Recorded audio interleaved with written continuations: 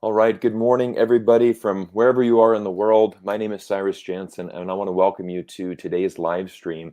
I'm very excited as we have a special guest in the studio today. This is Danny Haiphong, who is joining me from New York, and I think we're going to have a really great conversation today because it's really going to be exciting as there's a lot of things that we need to talk. I'm really excited to have a guest like Danny come on the show because he's bringing in a very new perspective that I think is going to be very healthy for people to hear. And one of the things that I really enjoy on this YouTube channel is having discussions. And I think for many of you, for example, if you've watched my last video, you will have seen that the comment section was incredible. We had over 2,500 comments coming in within the first 48 hours. Many people, expressing their opinion on this important situation that we see in the world with Russia and Ukraine. Many people disagreeing with me, many people disagreeing, but very respectfully, and also just wanting to further this conversation. So I think in an effort to continue this conversation and really, make it continue and really continue to blossom, I want to bring in another guest. And Danny, thank you for joining me today. I'm really excited to introduce you to my audience, to get them to understand a little bit more about you.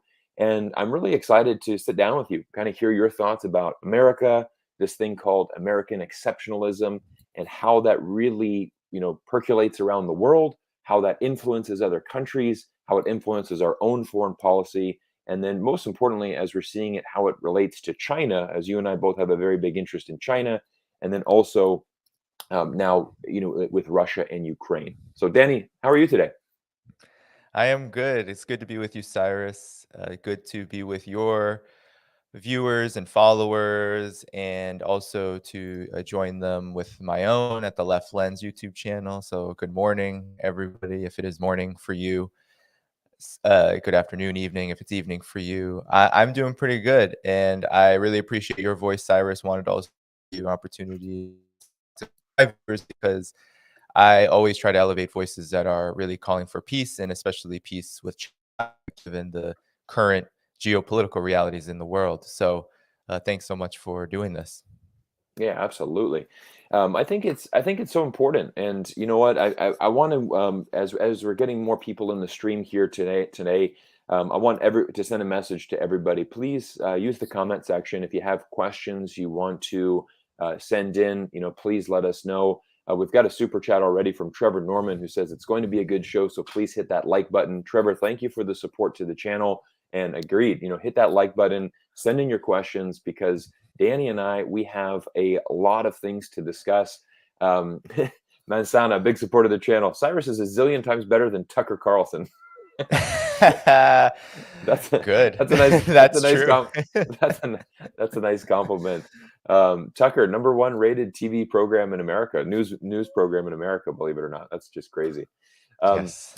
Danny, let's just jump right in. I want to know a little bit more about yourself. Tell me a little Mhm. bit about your story, who you are, what is the work that you're doing right now, what is the goals that you're working on, how it relates to China. I want you to kind of introduce yourself to my audience as this is the first time that you've been on my show. For sure. So, I grew up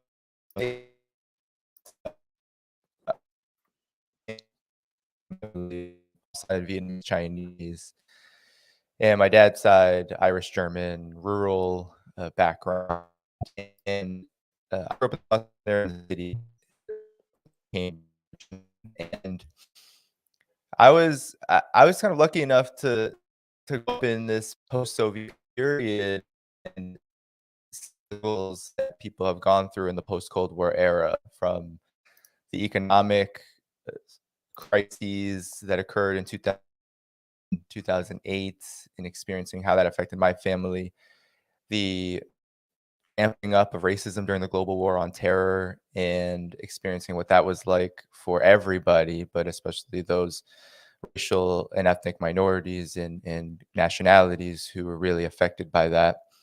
And then went to college. I was lucky enough to go to a school where I got to see like the deep class divides in US society, Mm, and how my experience just didn't match up with a lot of my peers', right? In terms of lifestyle and opportunities, and where my friends a lot of my friends from back home, what they were up to versus how a lot of my peers were growing up and growing into really prominent, powerful economic positions just because they happened to grow up in a certain kind of family. Right. And so that led me into journalism because I started writing for the school paper about issues of race, issues of class.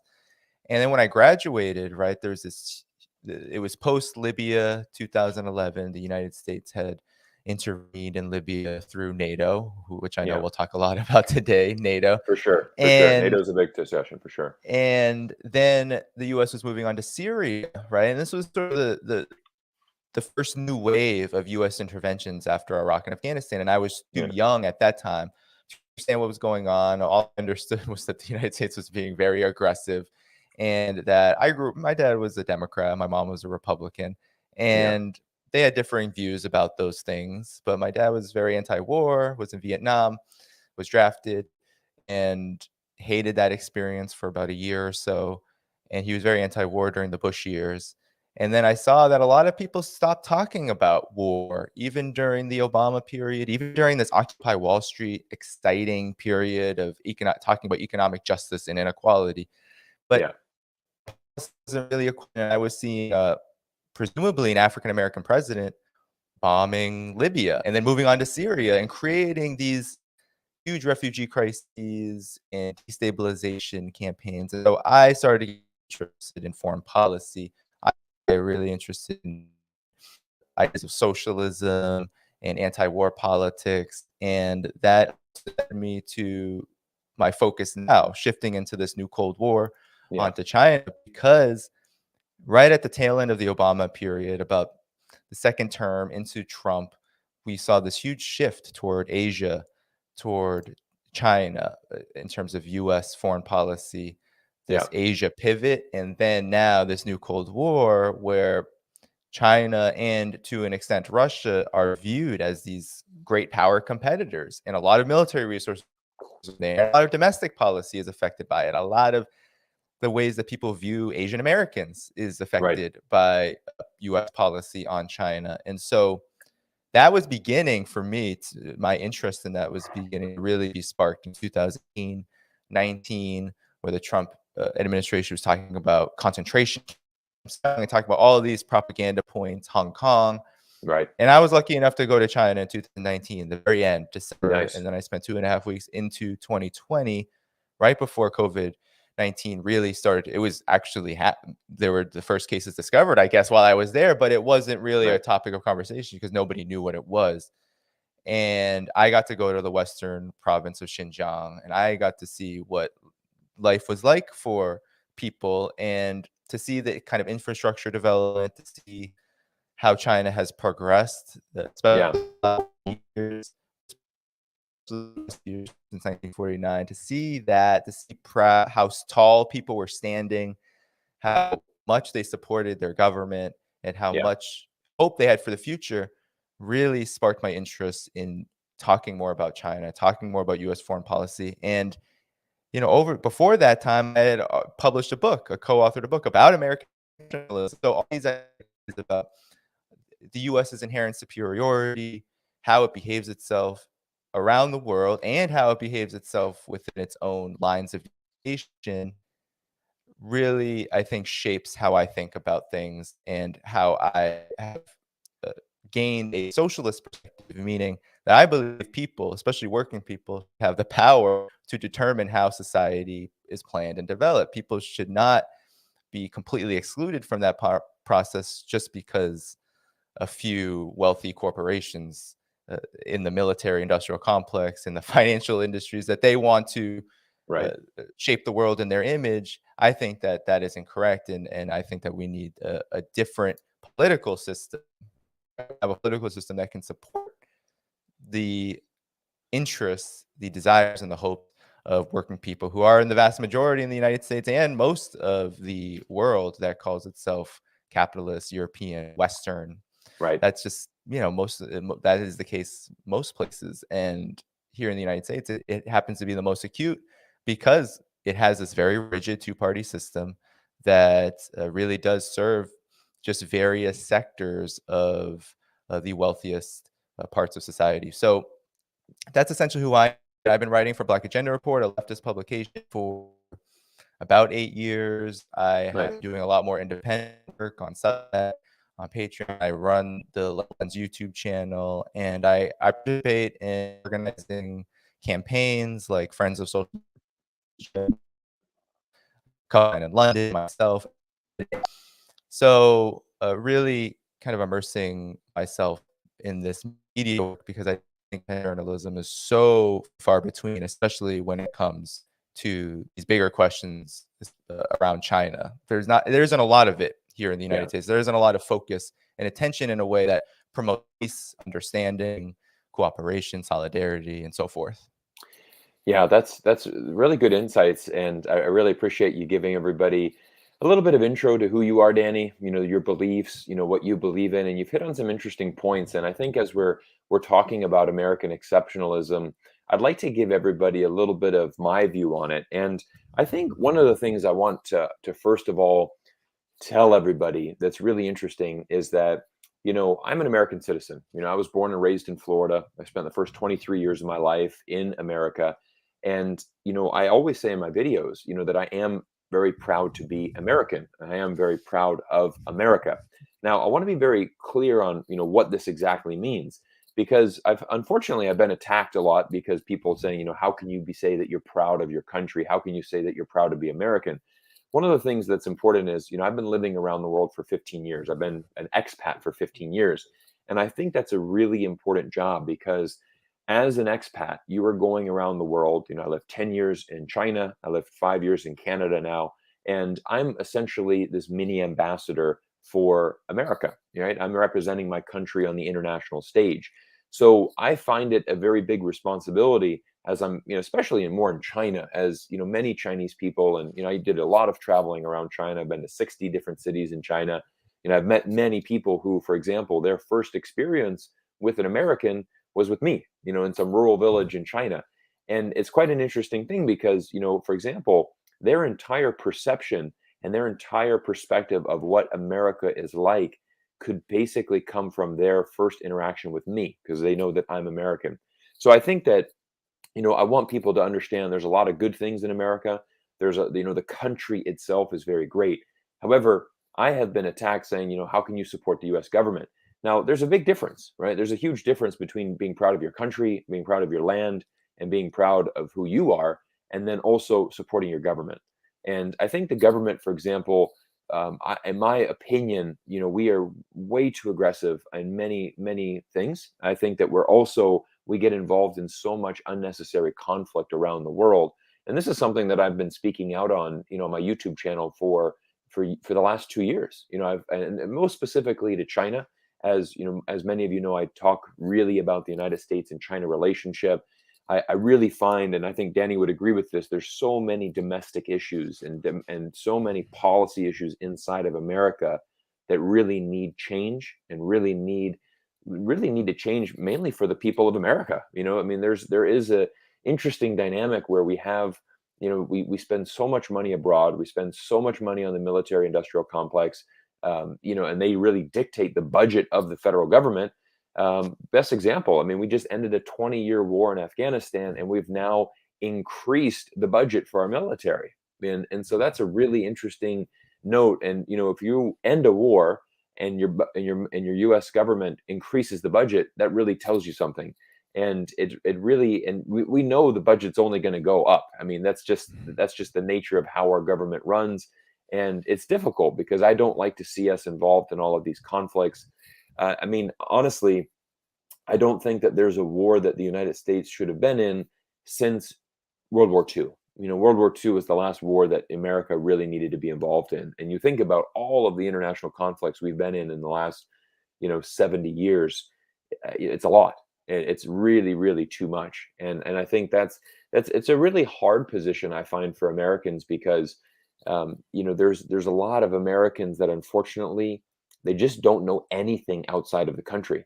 And so you live in this echo chamber and you just live in this bubble, which is called America. And you know, your news is really, it's also interesting. I mean, like Danny, you're in New York, I'm from Florida, but if I was back in Florida, I mean, my world would really just be concerned about Florida. Like I wouldn't even know what's really going on in New York. And that's kind of an interesting thing is in the US, we have so much diversity inside our own borders that we tend to not even really to know what's going on in California, what's going on in New York. I don't know. I'm just concerned with Florida and my local politics and my local life here.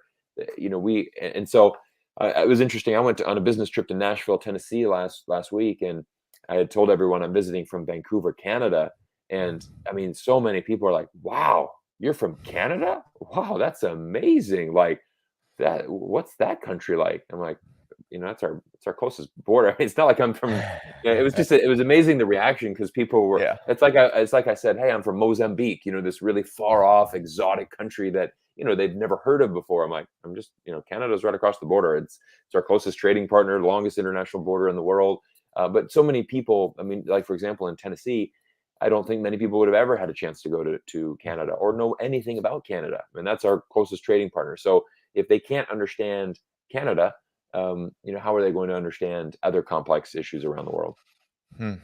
Yeah, yeah, that's very true. I mean, knowledge of American exceptionalism, it really does serve to close the worldview of most people in the United States off from what's happening around the world and the rest of the world. And I think it's because of the superiority complex that it imbues into those who are exposed to it, right? Because it is all about American exceptionalism is all about exceptionalism. It's about how the United States is supposed to be superior, how it's destined, ordained, even ordained by God, right? A lot of the first Right. as champions of this from the early period, from Thomas Jefferson all the way into Hillary Clinton and the modern era political establishment. They talk about the United States as being ordained by God to be this empire of liberty, to be this beacon of democracy and freedom. And so when you hear these and then they're very abstract talking points, they're not really explained. It's not really talked about, well, how that is. And if you ask that question to most in the political establishment, they'll just say, oh, we elect representatives, we elect leaders, unlike those autocracies, right? That's what Joe Biden is calling China and Russia, right? They're Right. autocracies. They don't elect anybody. And that's not even remotely true.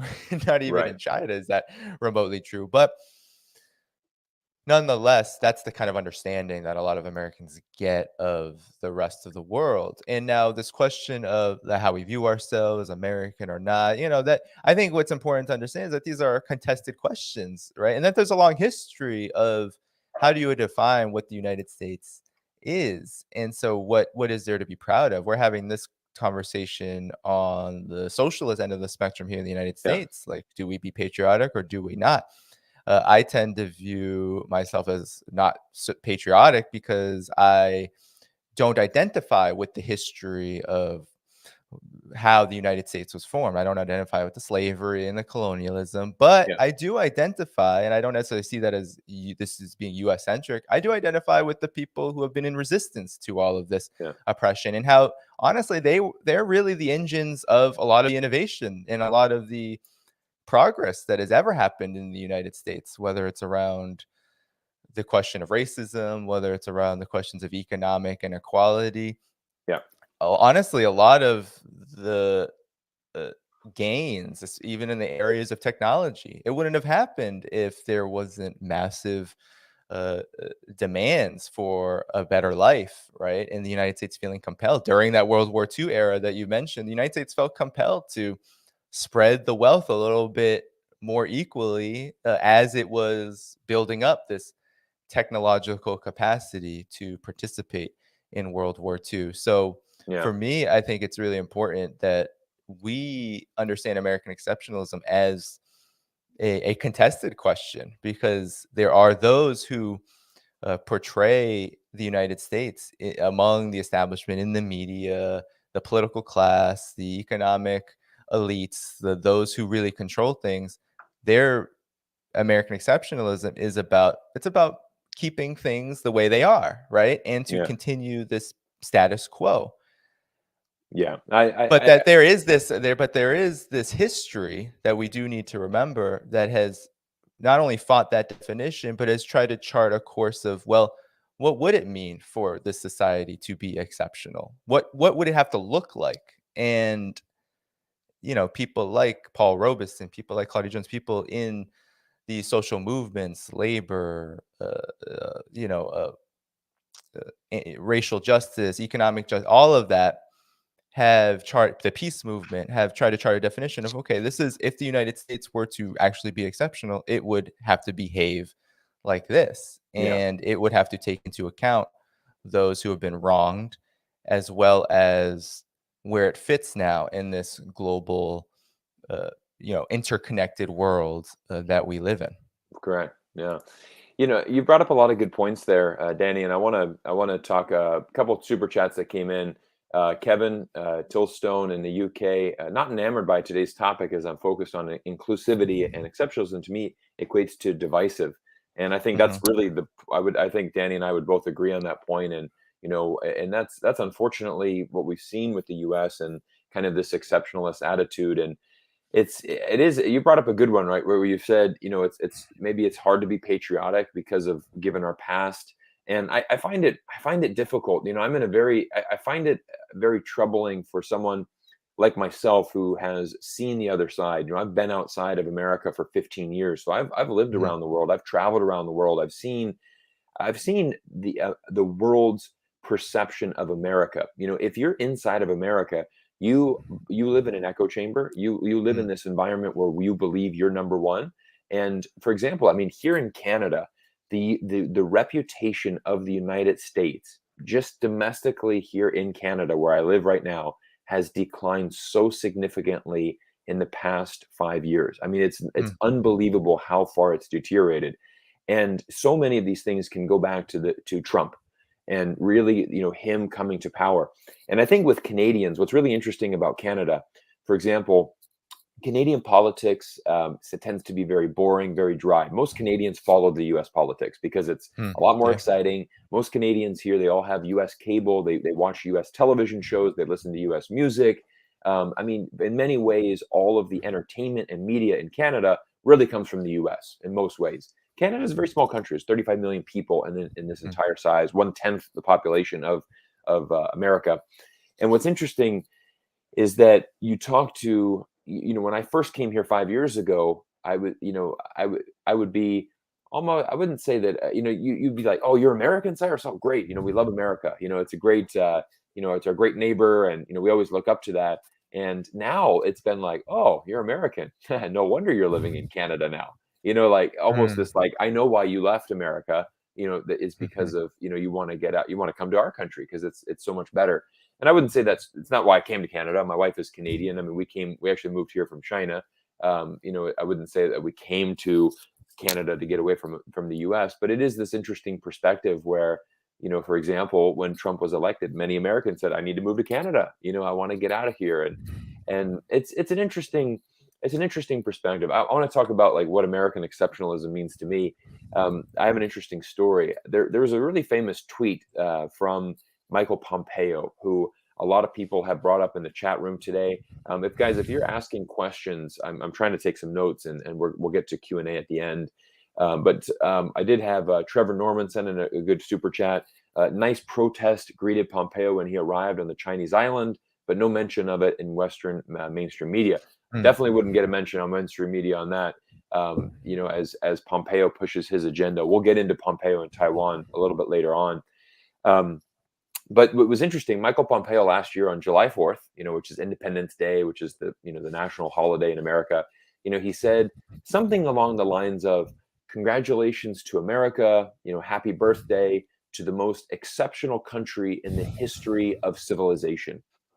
And it was really funny because it made me laugh out loud as I thought, wow, that is the most brilliant display of American exceptionalism. And so I Yes. took a photo of that tweet, and I actually went around and I said, I showed it to my neighbor, and I'm like, hey, what do you think of this tweet? And I started asking my Canadian friends. I asked about 5 friends, and every one of them had the exact same reaction.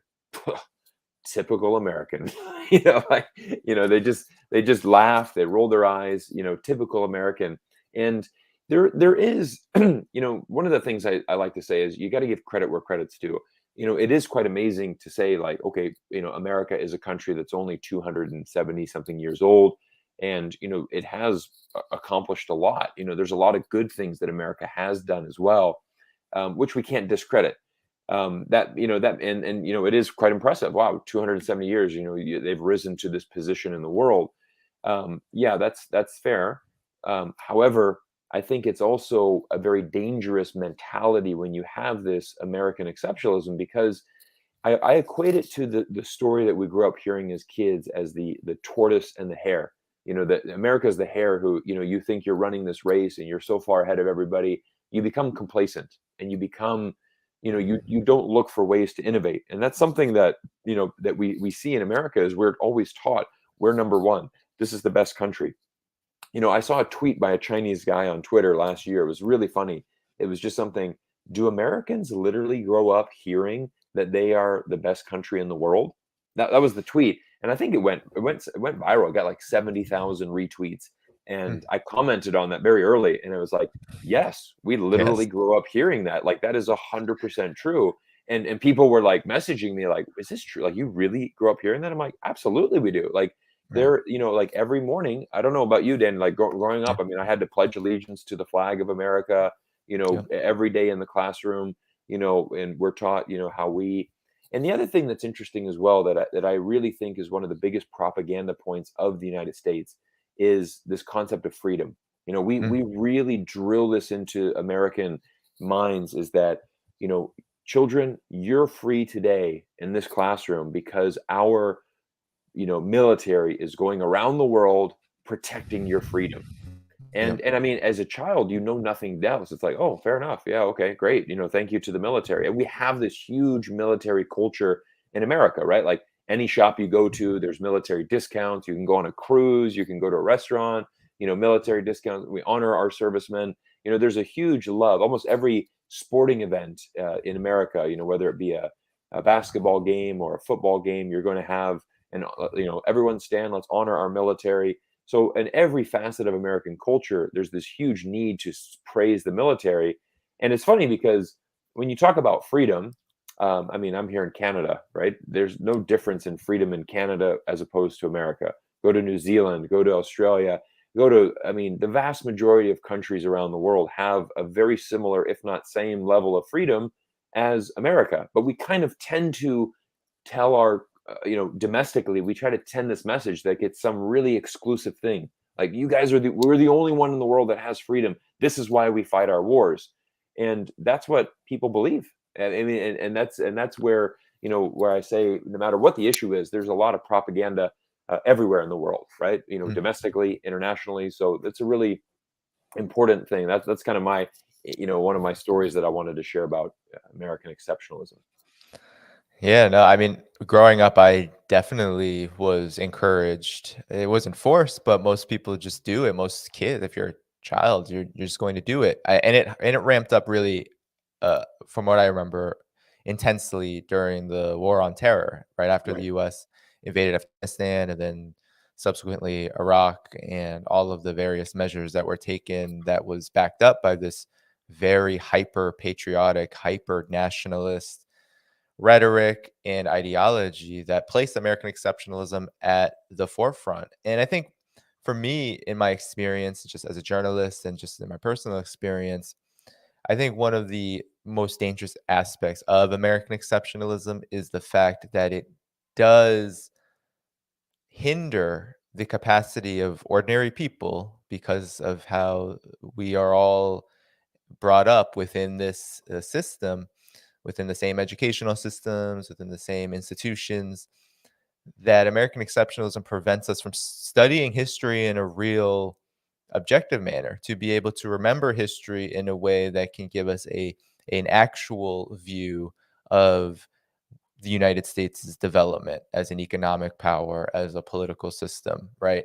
That the Yeah. United States has not reckoned with its histories. And I think a lot of that has actually come back to haunt ordinary people, of course, day to day, people just trying to live their lives. But it is, I think, come back to haunt the system, the broader system, even the establishment, right? They've taken this uh, ignoring of history to its most dangerous conclusions, as we'll Yeah. talk about with ramping up these escalations with China, with Russia, ramping up this very aggressive military policy, Yeah. while also creating a much more repressive environment here in the United States, right? The war on terror did actually impair and diminish freedoms of all people in the United States. It did create a more intense focus on policing and on surveillance. And then you already had this decades long process of mass incarceration. And so a lot of the things that the Yeah. US leads the world in now happen not to be good things like mass Oh, incarceration and military spending. But if we don't understand our history, yeah. then we can then just adopt the talking points that explain away those things, right? Oh, it's Right. crime. Oh, it's we have to defeat and overthrow and take care of those dictators over there because they're coming for our freedoms. And I think another part of this too that's particularly problematic is the innocence part of this, right? And there's racial undertones to this, and there's economic undertones, but there is this idea that American exceptionalism pr- uh, spreads to people that even if we do acknowledge some of these long-standing problems, even if we do acknowledge, let's say, the United States' economic wealth being Yeah. founded upon enslavement, for example, Correct. and racism, or even if we do acknowledge, yeah, that the U.S. war on Iraq was extremely damaging both to the US and especially to Iraq and the world. Yeah. Even if we do acknowledge that it was justified because the United States' principles, its values, and what it stands for is correct. And I think that that is actually a pretty dominant trend in the sense that we're even seeing now with the Russia Ukraine stuff that people across the political spectrum are willing to support aggressive policies in response to something that maybe they should not be involved with beyond calling for peace, but they're willing to accept aggressive policies towards other countries, even a no-fly zone, which would be disastrous for Ukraine, for example. But they would support that policy because the values, right, are correct, right? There, it's all Right. about okay, our role as a leader that is supposed to play this role of enforcing a certain notion of freedom, human rights, etc., and that the U.S. has the right to do those things as a superior country, as a superior entity, rather than a mutual player, as let's say a country like China uh, behaves. It's China says we're mutually here. We're trying to treat Yeah. countries like equals. We're not here to tell you what to do. We're here to promote principles, and hopefully, by our example, others will come along. The Right. United States takes the opposite approach of these are our principles, and no matter how much we maybe contradict them or even use them as weapons, no Right. matter how much damage all that causes, the wars and surveillance and the worsening economics, no matter what happens, it's okay, right? Even Joe Biden said this in the State of the Union. It's okay because we've got your back. We have the correct values. We have this standing in the world. We're the leader of the free world. We're the leader of the rules-based international order. And Right. so we can just move on from those mistakes and continue to do as we've always been doing. And I think that's one of the really problematic parts about American exceptionalism and all of its aspects because it ends up being that ordinary people are taught, right? People who should be participating politically and should be thinking critically about their society. It teaches them that no matter how bad things get, no matter how much their representatives may not represent them, that the values that they set forth, what they represent, that is correct. And so we should just sort of be complacent. And, Yeah. and it causes a lot of confusion when people end up not wanting to be complacent anymore, right? Then it's like, where do we go? How do we get this history? How do we educate ourselves? How do we envision something different and something better when all we've been told is this is the best that we have and the best that we got? Yeah, it's really it's a really difficult situation, Danny, because I think when you look at American exceptionalism and it how it influences our government, The problem is the United States is very much about making sure that people fall in line and that they Mhm. want to, you need to do it our way, which is a liberal democracy. And I think the most interesting thing about this is, this is why I'm so fascinated with China. And as many of you know, I've spent a lot of my, 10 years of my life living there. I study it every day. It's something that I have a lot of knowledge on, and I really like learning more every day about it. But it's interesting when you look back 50 years ago, right? It's 50 years since Nixon was, met Mao Zedong, and they really, established this, the relationship. And Mhm. there was an interesting thing from China in the sense that they were always open to the West, and even as early as the 1940s, Mao Zedong was reaching out to, for example, American diplomat John Service. Many people don't know that story, where John Service was an American born in Chongqing. He grew up in the streets of China, spoke a fluent level of Chinese. And John Service spent 3 days with Chairman Mao, in the very early days. This was before 1949, before the People's Republic of China was started. And even then, Mao realized, look, I want to get to the president. Like, get me. You're the only American that I have contact with. You speak a fluent level of Chinese. You can understand where we're coming from in our perspective, and we know that we need to, we need America's help to develop this country. Mhm.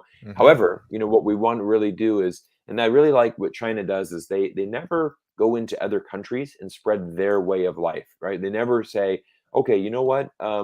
Let's do a deal with South Africa. All right, we're going to do a trade deal, but you know what? We want you to adopt our communist way because we've proven that communism works in China. Therefore, you need to do the same thing. China would never Mhm. do that.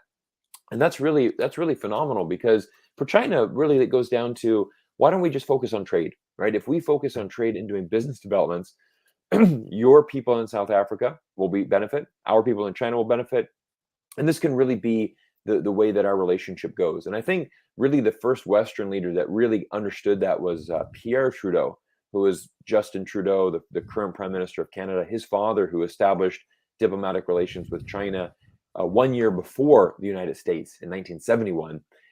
He had gone to China. He had spent time, with Mao Zedong, and he had said, you know what, Canada and China are never really going to see eye to eye politically. Why don't we just focus on business? Why don't we focus on trade? And we just kind of let politics be themselves. We kind of have Mhm. this understanding. You guys aren't going to be us, and we're never going to be you. And that's okay. And I thought that was a really healthy perspective, and a great way that I would approach the situation.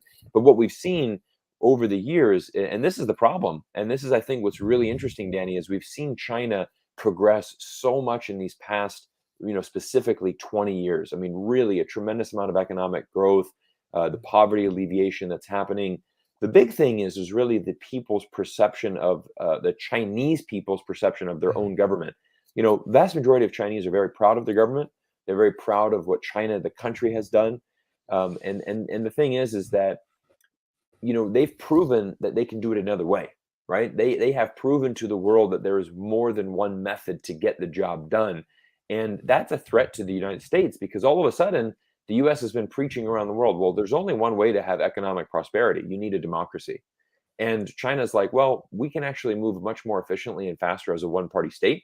We can actually do policies very differently. And let's be honest, we have 1.4 billion people. We got a different society that doesn't really need that, right? And we're going to do it our way, because culturally, we also have a lot of different cultural points that are very different Mhm. than America. And so I think it's important to understand the difference. And that's really what I focus on, is cultural differences. I think if you look at, um, America, I wouldn't say that we need a, China system wouldn't work in America. That's just not how it's going to work. But I think, like you would be advocating, is we do need a bit of a more of a socialist mentality. And I mean, even here in Canada, I mean, we have a very socialist government and a very socialist society. The biggest difference here, Danny, is the fact here in Canada, we have universal health care. Mm. There is never a situation in Canada where a Canadian national will go into bankruptcy because they can't afford a medical bill. That that Right. that problem does not exist in Canada. And that is what a Canadian government would say, that's a human right, right? You should have access to that.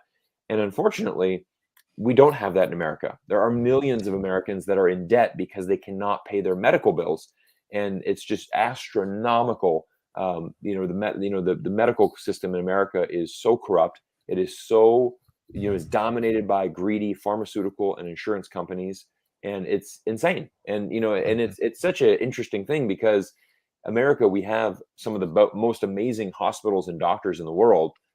So it's one of those things where if you have money and you're sick, you probably want to be in America because you can get access to the best healthcare and you can get access to the best doctors. If you have money, it doesn't matter. You can pay for it, or you've paid for very high, really good quality health insurance. But on a society level, it's very dangerous because there's millions of Americans that are uninsured and that will declare bankruptcy because they simply can't Mhm. afford healthcare. Yeah, that's very true.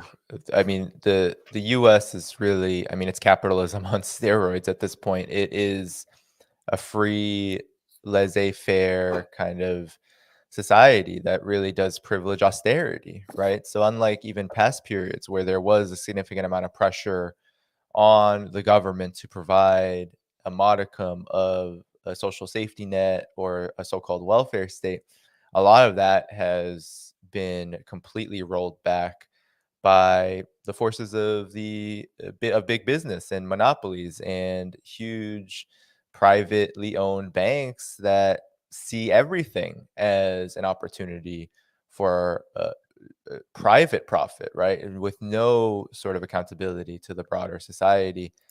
And so I think that's where China has really set an example in the world that, as you said, is a threat. When Donald Trump and right started to talk about this quote unquote China threat, Mike Pompeo, Yeah, there was a lot of knee jerk reaction of, oh, hold on, there were some who were like, no, no, no, China is not a threat, right? yeah, Because XYZ, all of these really good reasons, right? China operates peacefully. China wants to maintain bilateral relations, wants to uh, continue the era of globalization, isn't really setting out an agenda that is incongruent with US interests. There are some who said that, right? But what they don't, I think, acknowledge, those who take on this line, is they don't acknowledge that the United States does not want to see another economic system, especially one that calls itself socialist, right? A right, socialism with Chinese characteristics, doesn't want to see that system become so influential in the world that people begin to look at that system and say, well, what can we learn from it? And I think that's really the biggest fear among the US political class across the spectrum, whether it's right, Democrat or Republican. The biggest actual fear and the biggest perception of threat is the idea that China will be the biggest economy in the world, and that status changes. It changes everything. And not just yeah, because it's the biggest economy, right? It's not this benign, okay, China's just a big country, it's a big economy. No, it's also because China got there a certain kind of way. It got there by both participating in this global international system, this era of globalization, yeah, while also respecting the right of self determination, sovereignty, the UN Charter, right, and implementing that within its own context. So, both this policy of non interference that you talk about yeah, and also asserting its sovereignty where it is needed, whether it's on the questions of Taiwan and Hong Kong, or whether it's in the economy, right? The way that private industry operates in China is not the way that private industry operates in the United States. Private industry in the United States basically has the full capacity to dictate political affairs and to dictate the direction of the country. While in China, private industry operates in China, but it has to follow rules and regulations and policies that allow China to continue on with its overall trajectory, its goals, its plans to improve the society, to become this moderately prosperous society, to become what it says will be a modern socialist country by right, 2050. That requires a strong government, a government that can say, okay, we want to hit these markers like eliminating extreme poverty. We right, want to be able to protect people's lives when something like COVID-19 happens. We want to be able to invest in renewable energy, which isn't always profitable in the beginning. We want to be able to invest yeah, in infrastructure like high speed rail. It isn't profitable, especially when you begin. You have to really invest a lot into it before you get anything out of it. And when I was there, I mean, that was the most incredible thing for me, is to see that infrastructure, right? Yeah, Which is absolutely. a real testament to public investment in the well-being of people, and not just, although it does have these benefits, not just business, although if you have a lot of high-speed rail, it is a boon for business too, because now you can get goods, you can get Absolutely. people to places a lot faster. The same with renewable energy.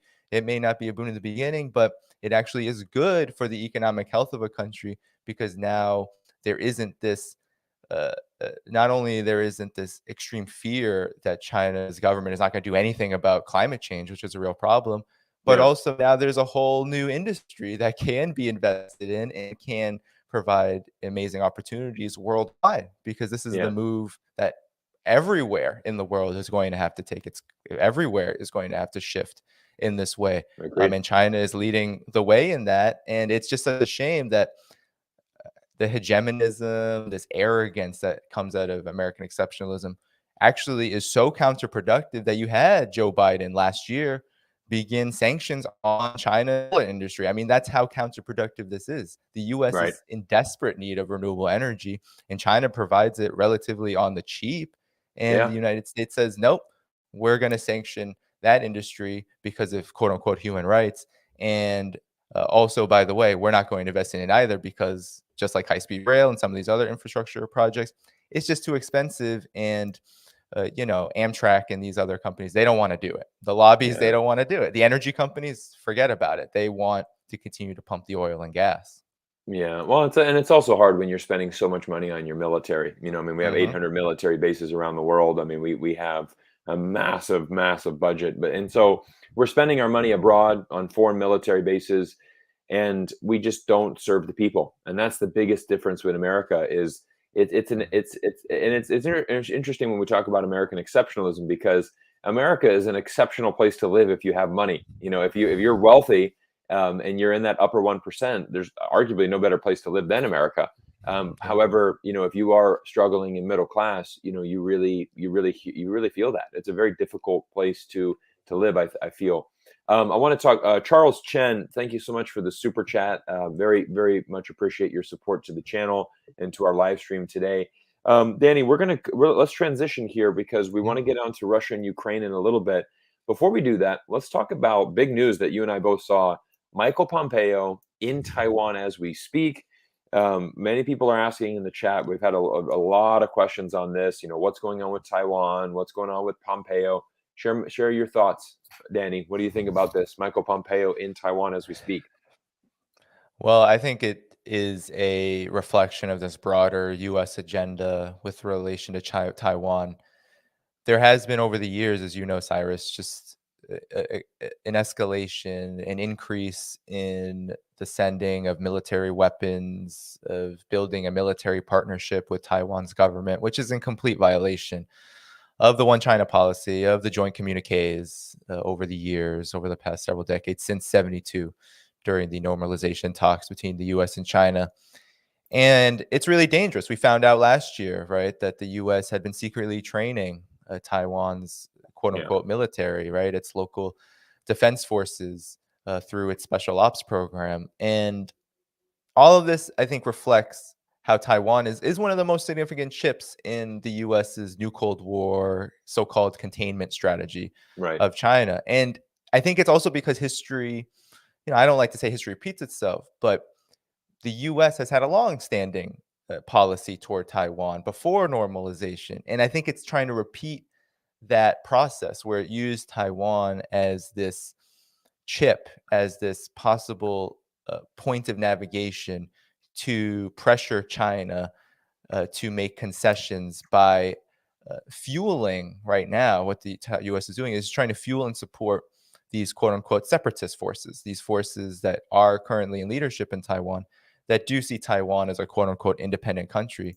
despite the fact that nowhere in the world, other than a few places, a few small places, is Yeah, that something that's recognized. And even the United States refuses to openly say this talking point because of how badly it would reflect for global relations. It would be the US's own version of, like, let's say Russia Ukraine, where it did spur this and it did kind of intensify a geopolitical situation to the point of possibly a war, right? Right. Because I think Taiwan is the hottest flashpoint where any kind of new Cold War would spill over to a hot one because of just Taiwan's history with China, being a part of China and being now used as essentially a military satellite of the United States. And it's a really dangerous situation, dangerous position. And Mike Pompeo and the forces that were under the Donald Trump administration are the most enthusiastic about this because they really do see political alignment with the current leadership in Taiwan.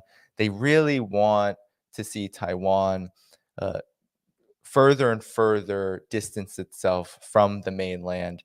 And a lot of this is driven by the military industrial complex, in my opinion. A lot of this I is agree. driven by the I agree. fact that, right, every administration, the Biden administration approved hundreds of millions worth of military aid to Taiwan. The same happened under Trump. Well, It's a our bipartisan consensus to try to militarize Taiwan and use it, yeah, for these military companies who want to make a lot of money through this heightened conflict. China wants nothing, no part of it. China wants uh, to keep the status quo and Yeah, to continue its process of integrating Taiwan further into what is one China. correct. Correct. I think that's a really important. You brought up a good point there, and I'm going to bring up a. I'm just trying to upload this right now. This is a really interesting uh, graph here. So yeah, when we talk about Taiwan, I mean, I think it's first of all, I think it's just absolute insanity that Michael Pompeo is in Taiwan right now. And the thing is that Taiwan is Pompeo. First of all, like one of my most popular videos actually was, the truth about Michael Pompeo in China. And he has, he over the years he has been such a China hawk, so Yeah, aggressive towards China. And the interesting thing about it is like you said, there's only 14 countries in the world that recognize Taiwan's independence. That number has decreased actually a lot ever since this new president in Taiwan has come to power. It used to be 21 countries. More people are moving away from Taiwan and actually moving to definitely. China. More countries are down to 14 now. That's a significant decrease since the current president has come to power. And I find that we're in a very difficult situation because many people are saying, look, Taiwan, many people, let's say in America and the West, would be like, well, we need to go to Taiwan because Taiwan could potentially be the next Ukraine. And, we need to protect Taiwan. But the interesting thing is you have to look at it from the flip side. And the problem is that, you are essentially, Taiwan is part of China. That is a fact. That's something that everybody, every government around the world universally accepts. So you have this territorial sovereignty, which is this is why I find really interesting with Russia and Ukraine. China has come out and said, look, we don't support moving into another country. And it's a very difficult position for China with Russia Ukraine because they're Totally. essentially on the fence, right? I mean, they have a strategic partnership with Russia. Xi and Putin most definitely have a close relationship, but I find China's very consistent in that, look, we need to respect territorial sovereignty because that is what we demand of every nation around the world, right? If you want to have domestic relations or diplomatic relations with China, you must, adhere to the one China policy, which we all do. And we all recognize that Taiwan is part of China. And so now you have the US, for example, you have, Pompeo who's going there and he's pushing his ideas. And I think it was just so irresponsible for him to suggest, oh, what we should do, why don't they just go ahead and declare independence. Mhm. And the biggest thing is, and what I'm going to do is I'm going to bring up a screenshot here. This actually goes against what people want. Okay, so this is a recent survey from Taiwan, and you can see that the black line, okay, 28% of Taiwanese, okay, are saying that they would like to maintain the status quo. Let's decide at a later date. Okay. Mm. Now another 27% are saying that maintain the status quo indefinitely. Okay, so there is and then you have the green line, which is 25%, which is maintain the status quo, but let's move towards independence. So the vast majority of Taiwanese are really talking about status quo, at least for the foreseeable future, Right. with a large portion of that saying, that we want to, probably forever, want to have this maintain this status quo. You look at the bottom of this graph, how many people really want independence right now? We're talking 6% of Taiwanese would want independence.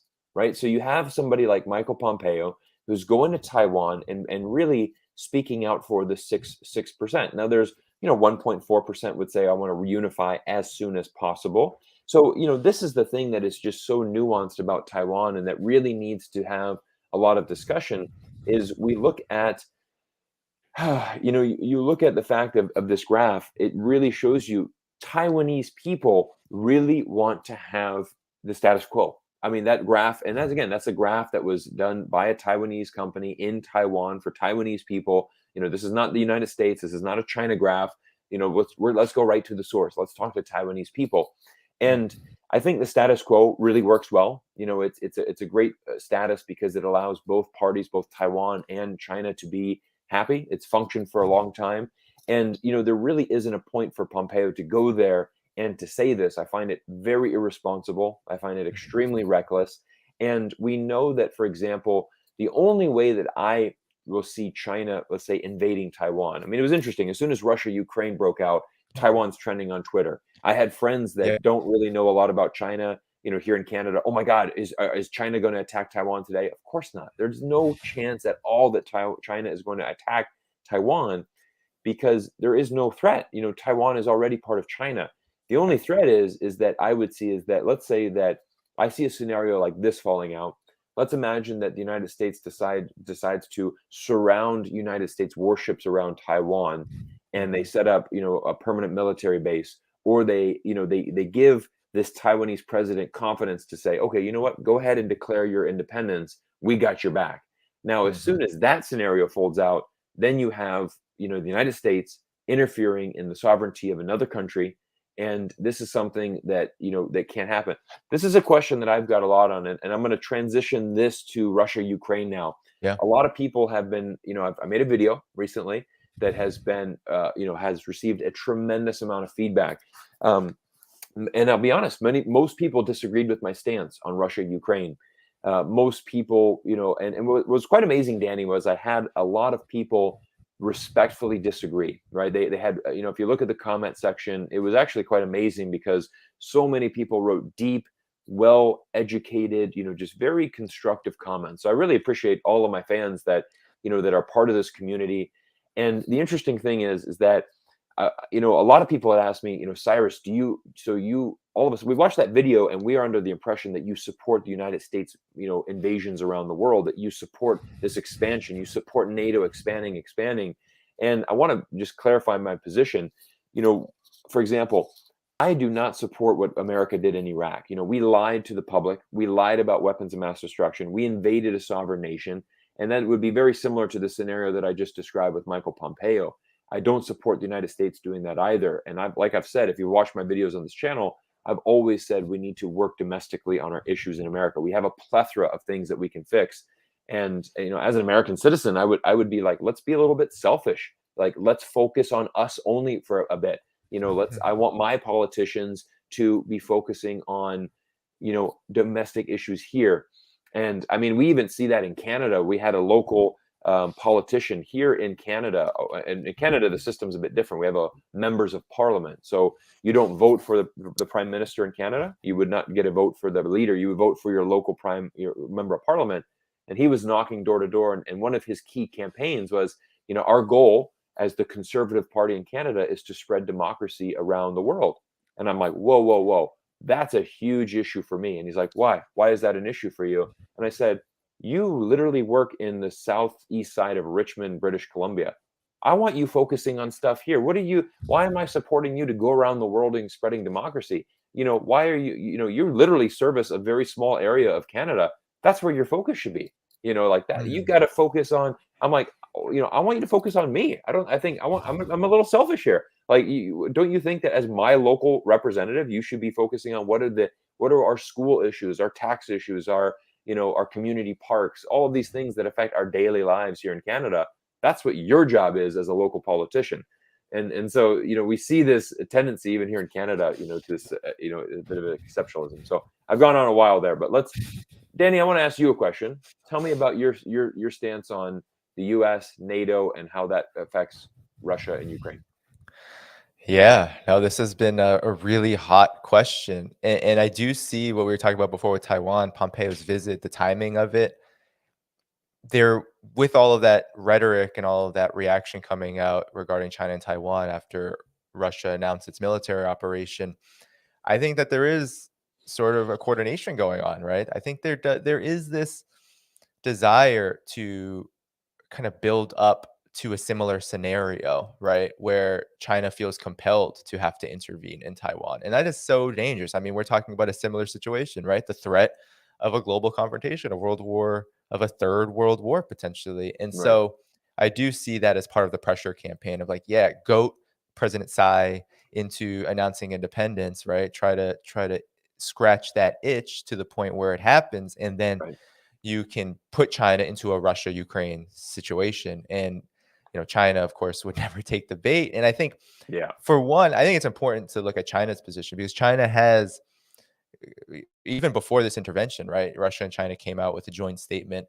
They were categorically and just very firmly against NATO's continued existence. That has been a position that has continued to develop not only among China's foreign ministry, but also in Russia and in a lot of the world, right? Because there is this huge contradiction of having an institution like NATO, which was formed in 1949 in response to the Soviet Union after World War II, as an attempt to contain quote unquote communism and mostly the Soviet Union, right? To have that bulwark in Europe to stop the spread, right? That was what NATO was supposedly all about.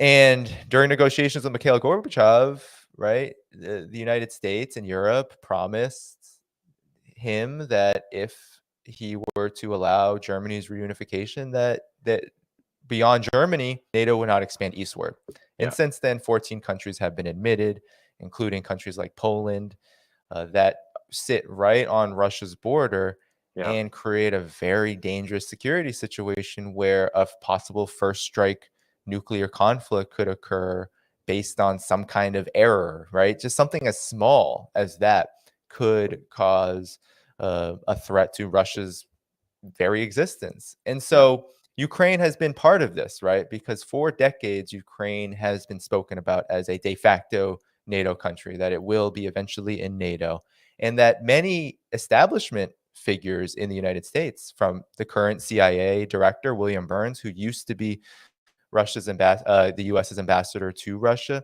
has said that this is very dangerous, that eventually Russia will respond. Once it's in a position to respond, it will respond because the more countries that are admitted and countries that are right along Russia's borders are admitted, it creates this feeling, which is very legitimate because NATO has as its mission a deterrent effect. Who are you deterring, right? Yeah. And while many won't say directly Russia, there have been many who have said, yes, it is Russia, including Right. Donald Trump and the Yeah. national security strategy of the United States being all about containing China and containing Russia. So NATO moving and encroaching has this effect. And Ukraine has been part of this for many years.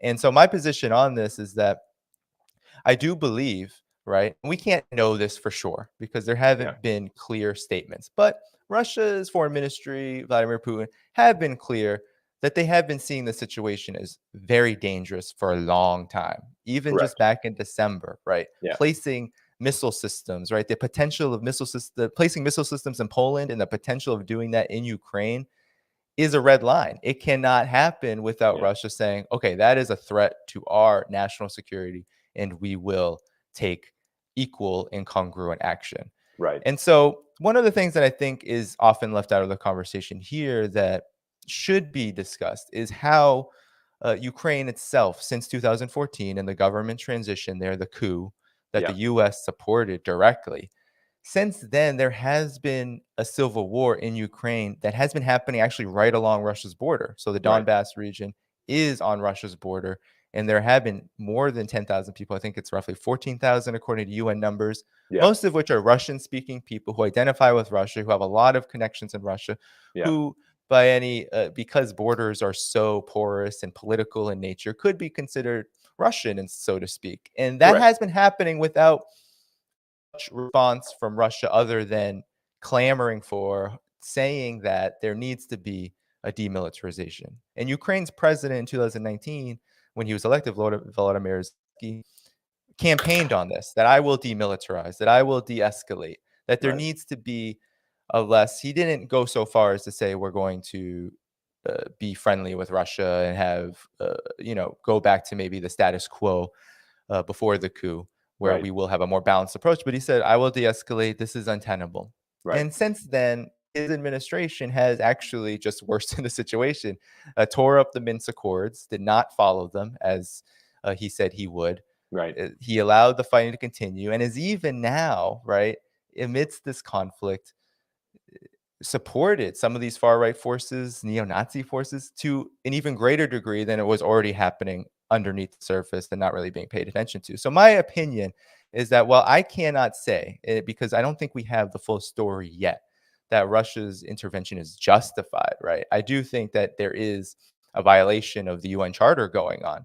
There Right. are also a lot of factors that really did push Russia against the wall that's been happening for years, from the NATO expansion all the way up to the borders of Lithuania, of Latvia, Estonia, all the way up to the borders of Russia, Ukraine.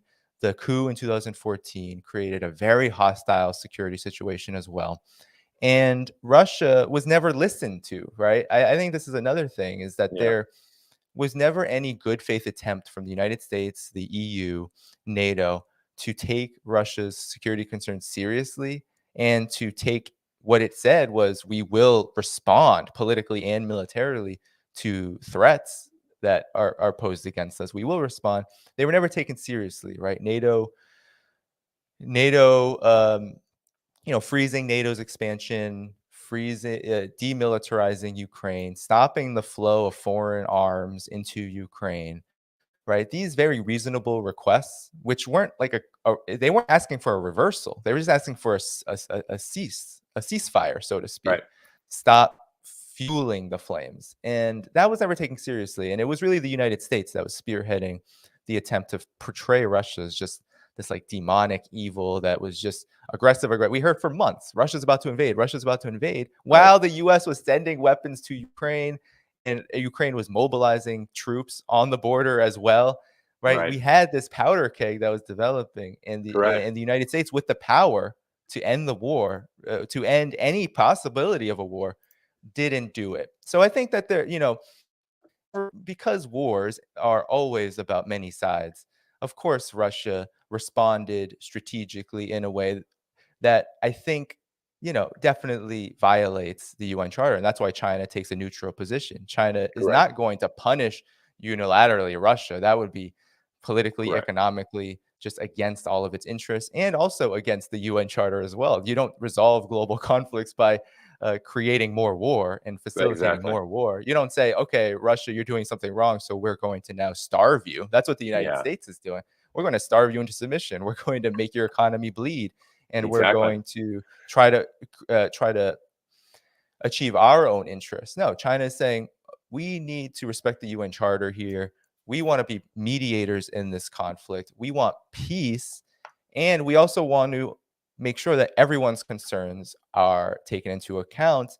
And right Yeah. now, the dominant trend is that Russia's are completely removed. They're completely erased, suppressed, minimized, outright disrespected, and it's become even like a race war, right? Racism It has been has. deployed in the media to make Absolutely. Russia look like this Russian imperial kind of like, we're going to take over the world, and this is our kind of like the first shot fired. Yeah. While Ukraine is Europe, not in the EU, not in NATO, but Right. now it's Europe now, right? Exactly. Treated like a second-class country, right? Yeah. Sponsoring a coup in a country, then trying to dictate its politics from the outside, which it has done, unfortunately, pretty successfully.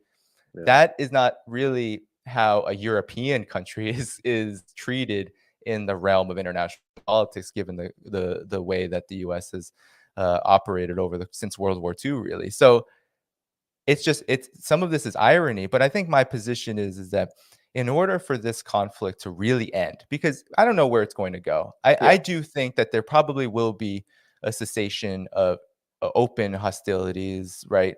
relatively soon. I can't predict that, but it seems like this situation can't last forever, right? Right. Russia cannot continue to engage the way it is for over a long period of time. Ukraine is not really in a position to handle what's going on either. And then you have the bigger factors here, US, Europe, really placing themselves in a very contradictory position of fueling the war, trying to keep it going, while also placing almost these suicidal sanctions, which will affect Europe's and the US's economy to such a great degree that we could have another economic collapse crisis very soon Yeah. if Russia is sanctioned to the point where it can't get gas to Europe and the United States starts to flood the market with its own. That will create such economic shockwaves that aren't sustainable. Agreed. And I think that while we may see that, the root causes of the problem will persist unless there is a monumental, and it seems counterproductive, and it seems like on the surface that this isn't the case, right? That it's just Russia invading. But if unless the United States and NATO begin to take seriously the threats and the dangers of its own actions and are forced to reverse course, we won't see Russia and Ukraine be able to work out their differences Right. because Ukraine will be under heavy influence from the US and all of the forces that it has supported inside of Ukraine, which might be a minority of the country, but have undue influence, right? These far right wing parties, these far right wing security organizations, paramilitary groups, they have a lot of power right now. They have Right. almost de facto control of the National Guard and the security forces. It's really dangerous because that tiny minority of the population wants to see a war with Russia. They see it as like a holy war. This like Right. we're going Yeah. to beat back Russia culturally, right? We're going to that is a disaster and creates just so much unnecessary problems that could be resolved tomorrow if the United States did what international law really does uh, uh, tell it to do, which is stop fueling the war and allow Russia and Ukraine to talk, right? And I Yeah. think China would, I think if that were allowed, China, Russia, and Ukraine could come together in a matter of minutes and begin this process. But I do I see Russia, US, and NATO as being just so much at the forefront of this that we have an obligation, I think, for me as a peace activist and a yeah. socialist and a journalist, it's like I have an obligation to give that story because I don't agree with war. I don't necessarily know if I agree with the intervention just yet.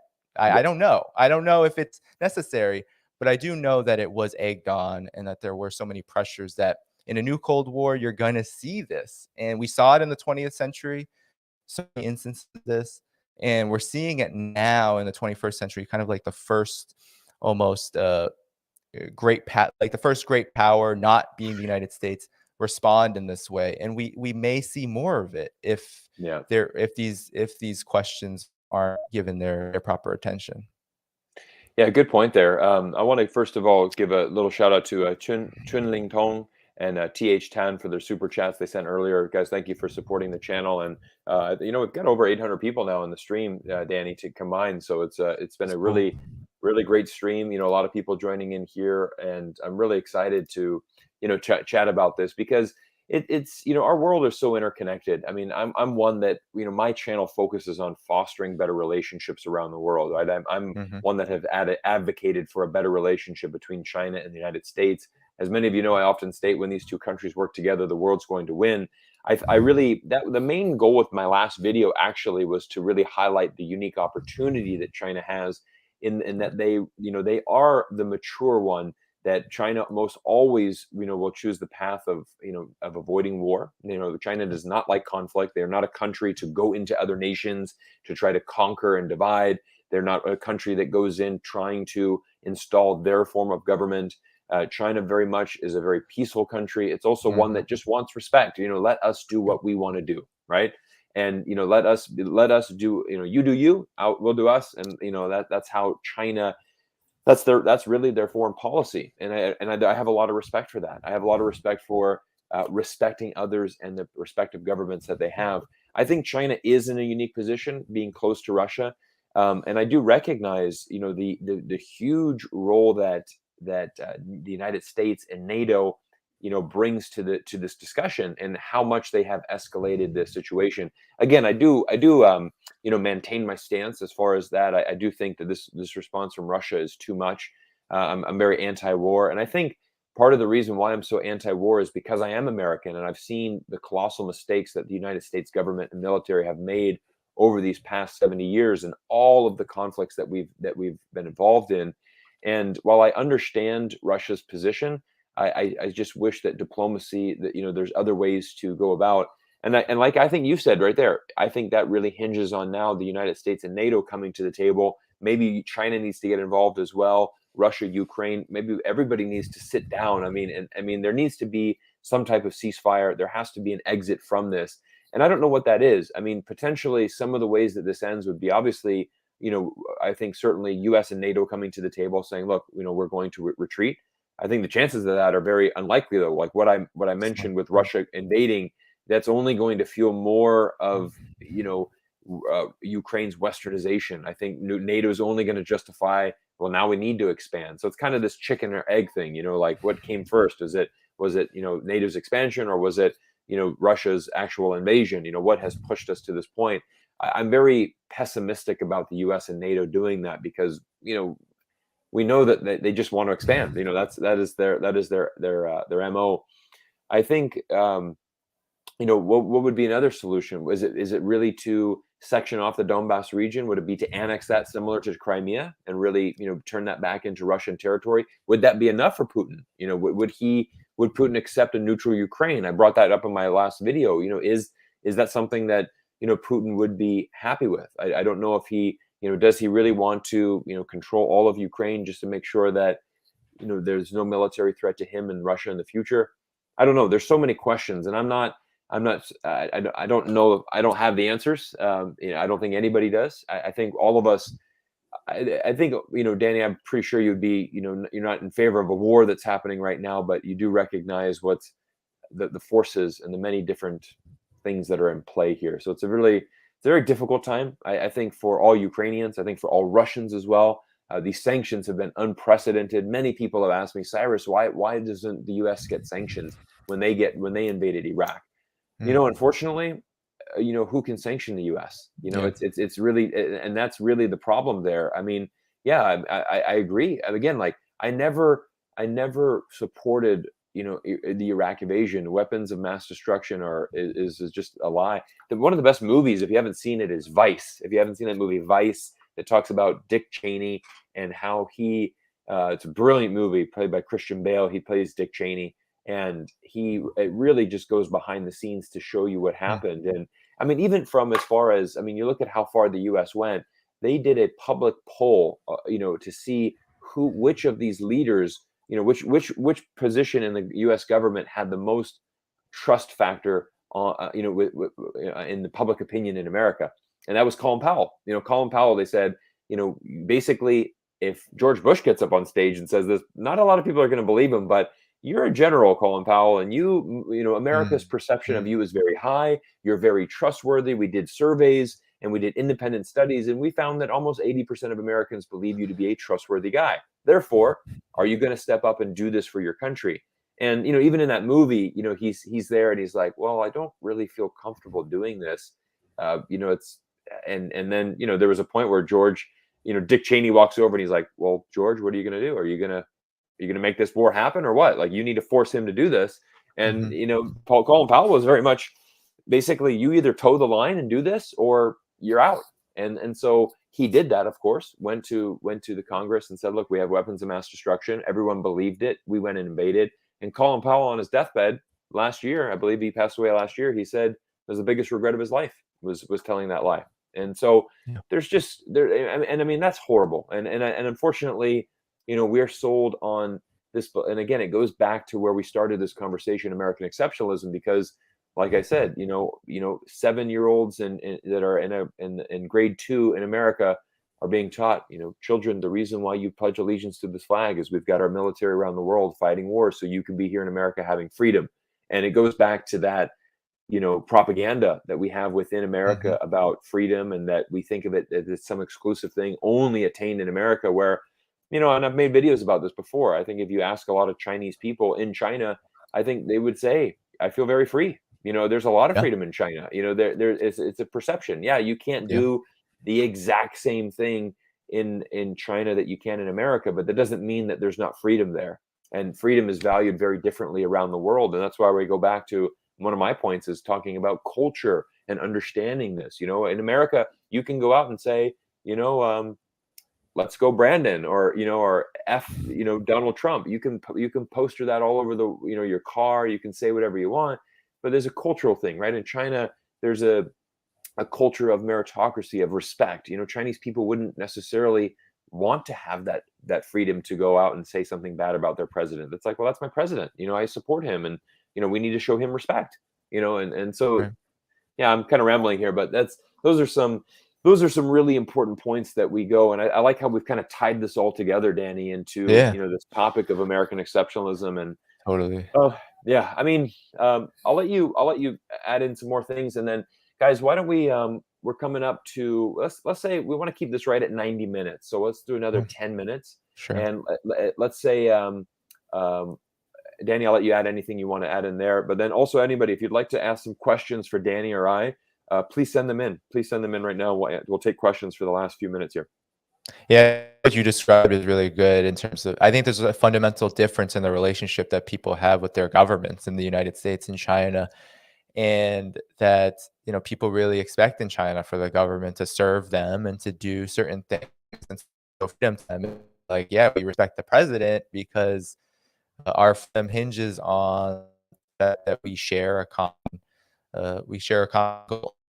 We Yeah, common prosperity, which is a popular term now. We want to develop, we want to continue to live better lives, and our government says it's going to do that, and it backs it up with policies, and it backs it up with a real record of that. And so, freedom to us, that's what it looks like. It looks like we have a government that serves us, and so we're not going to go right, around saying screw Donald Trump. Well, in the United States, it's a lot different because of the realities on the ground, right? There is a big gap between what the government says and does, yeah, and then we're fed all of this propaganda, right? And it's both in the we're the best in the world, and also then normalizing crimes, like normalizing war crimes, normalizing political, economic corruption, right? That's a big part of it as well, to say that, yeah, okay, we're the best in the world.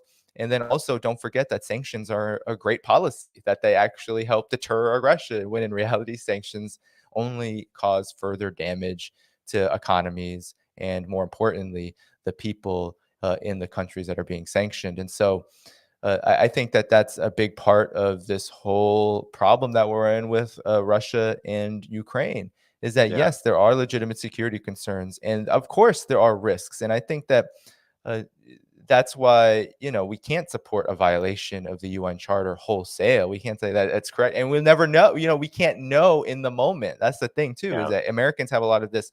We know, right? We know what exactly is going on in the heads of the Russian government. We know exactly what's going on. It's like, no, we don't. We don't exactly know what the strategy is here.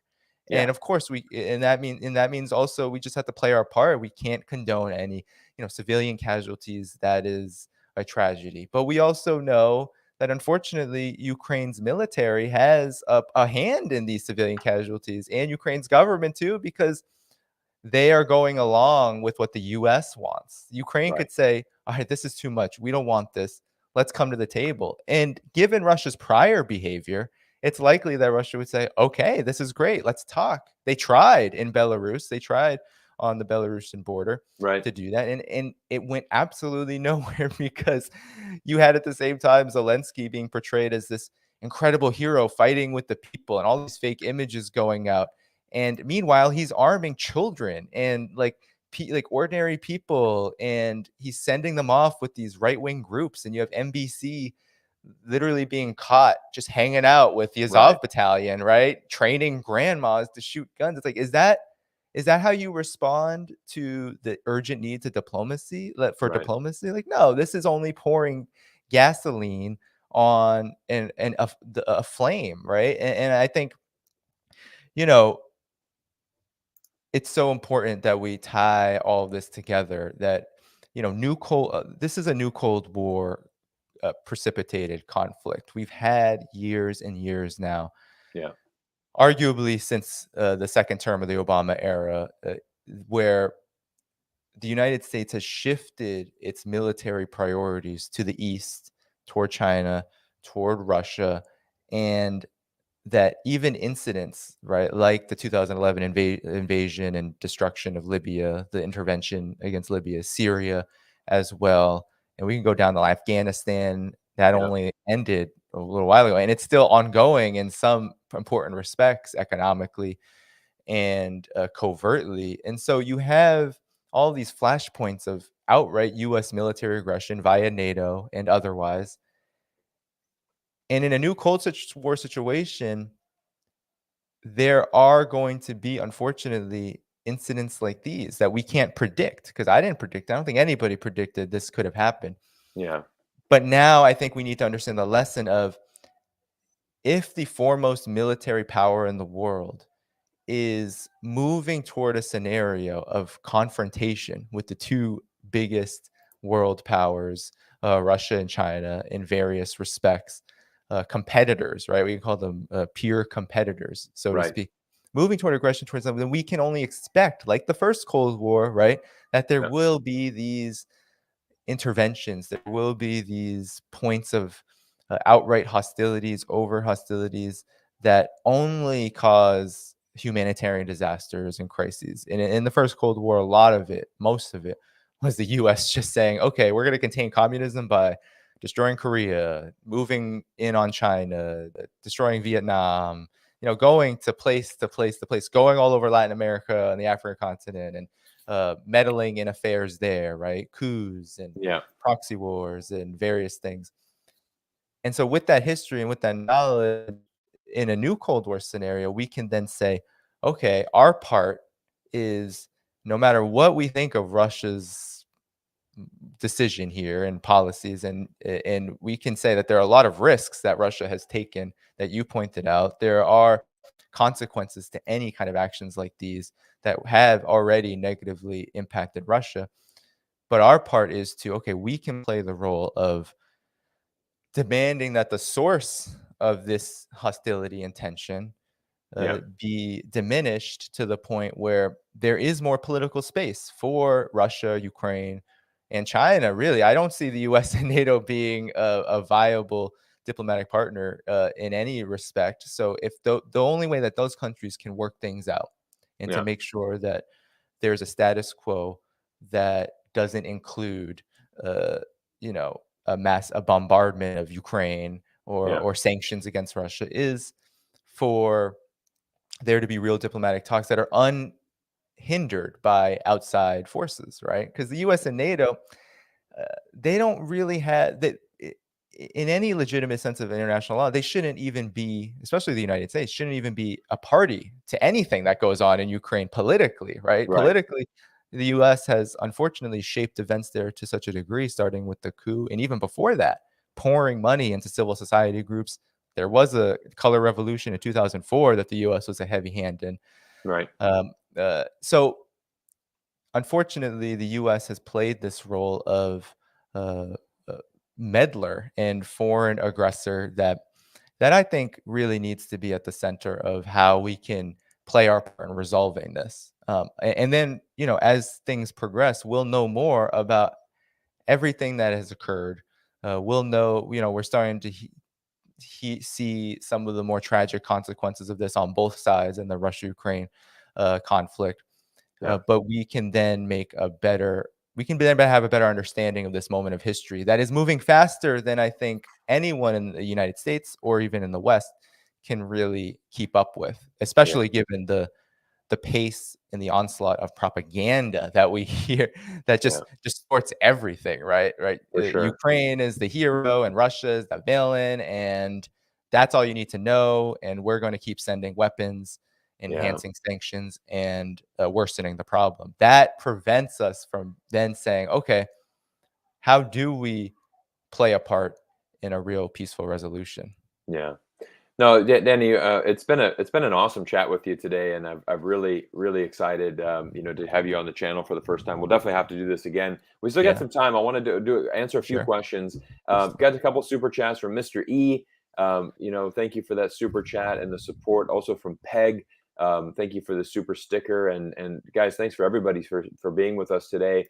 We've had close to 900 people in this chat, watching us, and it's been awesome to clarify some positions, to discuss this more. As many of you who follow this channel know that I'm very pro dialogue. I think we have to have this. There's a lot of interesting questions coming in, and I think one of them was, you think, for example, French President Macron, he said, Manzana said that maybe that him and Putin could work something out, and you've already seen France talking with Russia, trying to resolve.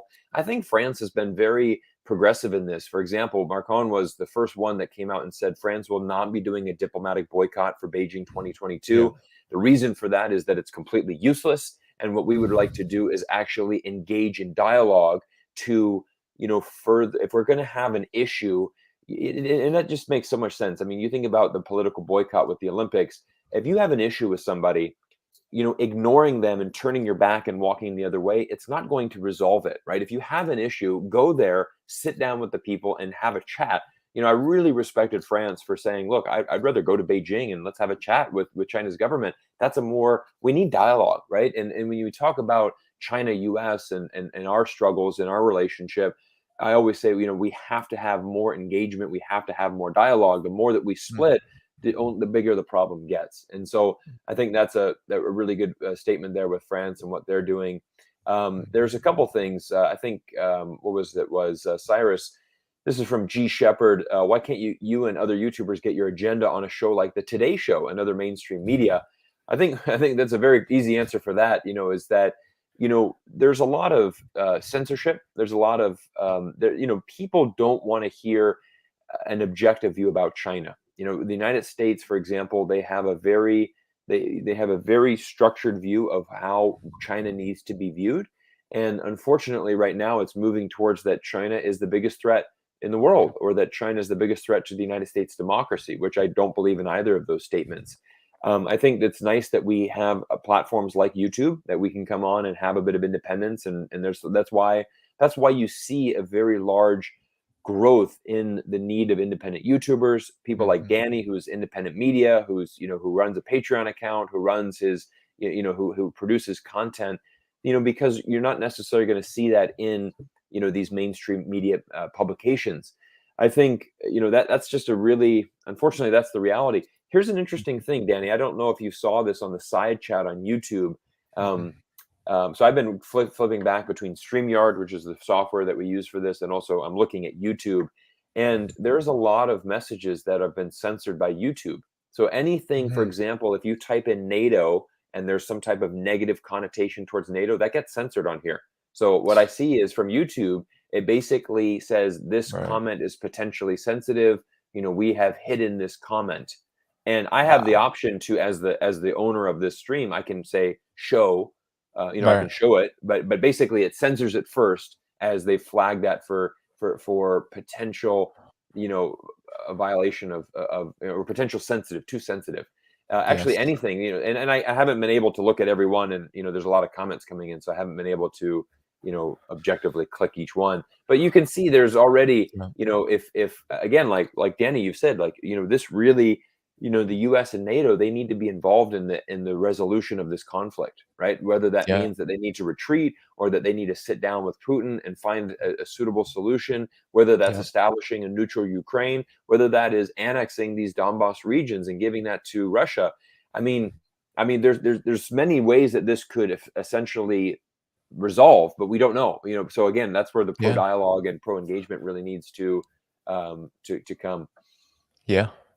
Yeah, no, you bring up such great points because this is something that affects me as well, right? This censorship. I mean, the reaction. I've had so many friends who work for RT America, lost their jobs because of the way that the censorship over these platforms, and not just these platforms, but the way that sanctions impact the ability for the the side of like the Russian side or even the Chinese side, right? Because this has also come down on China's media platforms as well, right? There is a lot of negative reaction. It's both cutting people out like ourselves from being able to access broader audiences and then also targeting institutions that give China's side of the story or Russia's side of the story. This has been a big problem now, and it's been a big problem for the last, especially the last 6 years here in the US.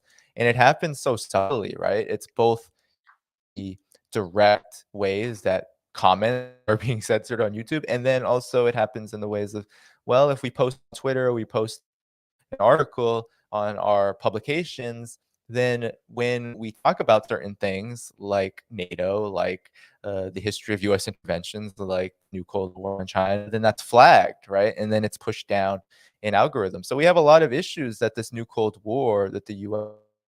presents, and it does prevent dialogue because it creates now sort of like how the U.S. is creating camps in the world again, right? The so-called autocratic camp and the so-called democratic camp. You're creating camps in society where we have people who want the truth and want to spread objective analysis, give the other side, have real discussions about real resolutions to these problems that involve everybody and that can lead to really positive changes. You have those forces being kind of siloed and sectioned off while the dominant narrative, right, gets all of the attention and even the most heinous form of the dominant narrative, right?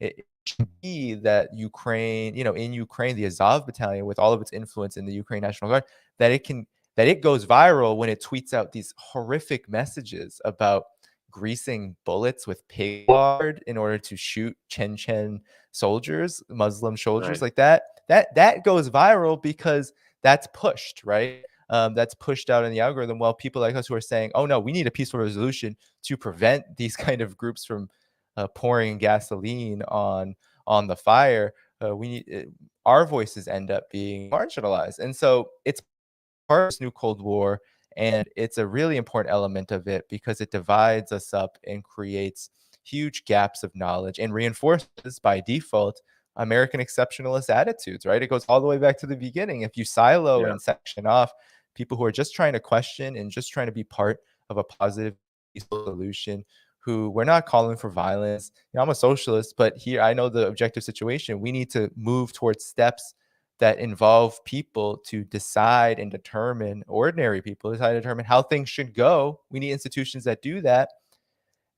But a lot of the resources for such a positive movement and positive change are limited by those who want to see endless wars continue and want to see this runaway inequality continue and want to see things like racism continue, right? Like they have Yeah. uh, excess power to make that happen, and so it's really important that, yeah, and I love working together with people like yourself and Yeah. others because we all need to work together to make sure that we support each other and support the work that we do. Yeah, absolutely. I mean, I think that's where I really like to have a very open mind. I mean, I'm one always for dialogue, communication. I like to also invite people from different sides of the political spectrum because I think unfortunately, as an American, this is what I've noticed in our society is that we become so polarized that Mhm. unfortunately Republicans don't want to hang out with Democrats and Democrats don't want to hang out with Republicans. It's become so divided. This was very different when I was growing up in America. I mean, you had your political differences, and I feel that Canada's a little bit better in that regard. We have the conservative and the liberal parties here in Canada, which are the two most dominant. But generally speaking, Canadians have, like we're Canadian at the end of the day. Yeah, you can, you're on the political spectrum. You're okay. You're left. I'm right. You're a little bit closer to that balance. Whereas in America, it's so far removed, and it's just, I have many friends that have lost friends because like, well, he's a liberal now. I don't talk to him. Like, well, why Mm. why do you let that dictate your friendship? That's not healthy. At the end of the day, I mean, Republicans and Democrats, they both want America to be a better place. They just have different ways to go about that. But it's also the system. Our system doesn't allow that. I mean, if we really wanted that, we would be reducing our military exposure around the world. We would be not investing as much in. And I mean, you look at the infrastructure problems we have in the United States. I mean, it's like, well, we don't have the budget for that, but yet we spend almost $1 trillion around the world, on military. So it's like, well, we just don't allocate it. It's just not a priority. It's Right. that's unfortunate. This has been so good, Danny. We wanted to talk for an hour, then we said 90 minutes. Now we're pressing. So this really shows a great interest. We'll definitely have to do this again. Yeah. There was a really good question, Danny, and it was to you. This will be our last one, guys. Okay. And I just got to find it. It's so many questions coming in. This is from Johan. Question to Danny. I think Russia should reduce its dependence on Western imports, develop its own products, social media networks, and innovation, just as China does. Do you agree? Well, short of trying to dictate what Russia does in its own affairs, I mean, in my personal opinion, yes. I mean, this has been a trend in Russian society. I mean, the fall of the Soviet Union was a catastrophe, right? Whether we believe it's the biggest catastrophe of the 20th century, right? There were lots of catastrophes, unfortunately, in the 20th century, right? 3 million people were killed in Korea by U.S. bombs, and Yeah. The intervention there. That's a catastrophe. And the same goes for, of course, all the people that died. 27 million Soviets, 20 million, 10 to 20 million Chinese in World War II. I mean, those are huge catastrophes. But and one of the reasons why it was is because the former Soviet Union went into a policy called shock therapy that was supported by Europe and the U.S. and of course, these newfound oligarchs in Russia that were just siphoning up all of the assets that were once state-owned, and they just took it all for themselves and created a real problem of scarcity, of hunger, of poverty, and the lack of access to basic services, which collapsed the society to the point where people were dying of unintended deaths, premature deaths at a rate that is unprecedented in peacetime. And so Russia has stabilized quite a bit because it has taken a more independent position in terms of its foreign policy and its economic policy. It has began to reassert state intervention in the economy to stabilize things, to ensure that some basic services are met, to ensure that its energy is distributed around the world and coming back in terms of revenue in a way that benefits more people than just a tiny few oligarchs. Although economic problems definitely remain and have been exacerbated by all these sanctions, which began in 2014, right? Yeah. When the U.S. sanctioned Russia over Crimea, and now has intensified to the point that seeing now that this question is being asked, right? Shouldn't it do this? Because we even saw pictures, right? Images online of people in Russia not able to use Google Pay and these kind of Correct. Exactly. Western corporations. They can't use them for transportation. Now everything is being delayed. So if you have if you have thousands of people delayed in just moving, you have the potential, even just that alone creates economic shockwaves It does. that are going to be felt. And so for me, I do think that Russia, I agree with that opinion, right? That it needs to be that. I think that it's just going to happen because Russia has no choice. And this is a longstanding pattern since 2014 and even earlier, where Russia wants to be more closer to Europe, wants to have closer relationship with Europe and the US economically. But the US and Europe are saying, oh, we're willing to sacrifice some of that. Europe to a lesser degree, US to the extreme degree. We're willing to sacrifice that partnership for geopolitical and military aims. And that means that Russia has had to pursue a more independent policy. I think the Russia-China partnership is not necessarily predicated just on a response to outside aggression, but it has definitely accelerated because of that and has been a really positive thing. So I do think that, yeah, Russia can learn a lot from China because Alipay, WeChat, these institutions are sanctions proof because they are not dictated by whatever Western corporations who invest in the country do when their governments tell them it's time to squeeze the country. That is much less possible in China than maybe anywhere else in the world, really, given China's position, its ability to regulate and determine how its economy functions in relation to the larger global situation. And it's also why China has been able to really respond to things like the 2007, 2008 economic crisis in a way that's very resilient, right? It had, of course, an effect on China, but China still was able to maintain economic growth during the pandemic, still able to maintain economic growth because it has that sovereignty portion of it. And I think Russia Yeah. does not have that same degree of sovereignty over its economy. It's much more dependent upon Europe, much more dependent upon the Yeah. United States for its internal economic development. And that's a product of the Soviet Union's fall. Agreed. That's a product of that 10-year period that just completely decimated the economy. Yeah.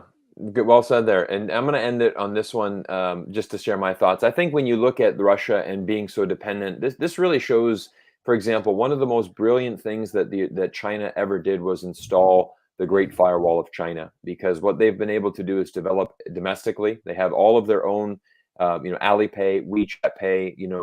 Basically they're not dependent on, even for social media, right? If you go to Europe, right, Facebook controls the vast majority of social networks. So I mean, that's a very dangerous position. If you're, for example, France, and you have Facebook, which the overwhelming percentage of your population uses Facebook. Well, that's an American company that's controlled by that. The United States, China never wanted to give the U.S. that kind of power, because we know, and this is, if you've watched the movie, the Social Dilemma, former Facebook executive, if you've ever wanted to cause more political distress in a country, there's never been a better tool invented than Facebook.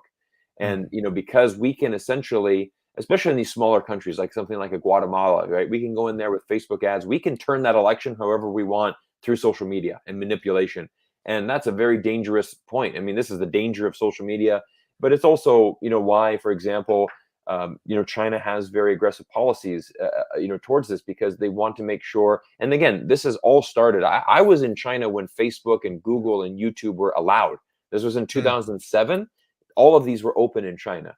And I don't know if many people know the backstory on that, but the reason why that got banned is that Xinjiang terrorist groups were using Facebook to Right. organize their activities. And China came in and said, look, terrorists are committing terrorist acts inside our own borders against Chinese nationals, and they are using an American social media website to organize it. You need to give the data. The Facebook says, sorry, that's privacy policy. We can't give you that data. And you know what? China's like, well, that's fine. You know what? Banned. And we're not, because we cannot affect our integrity, and we can't have an American company dictating what's happening inside our own borders. I think you're only going to see more of that in the future. But Danny, we've had an amazing stream, almost Yeah. 2 hours now of chatting together. I think we've Yeah. had an amazing amount of support from everybody. I want to thank you.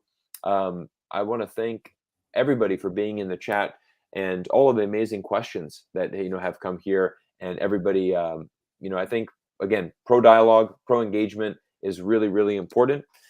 And yeah, thank you all for being here. We'll see you in the next Yeah. episode.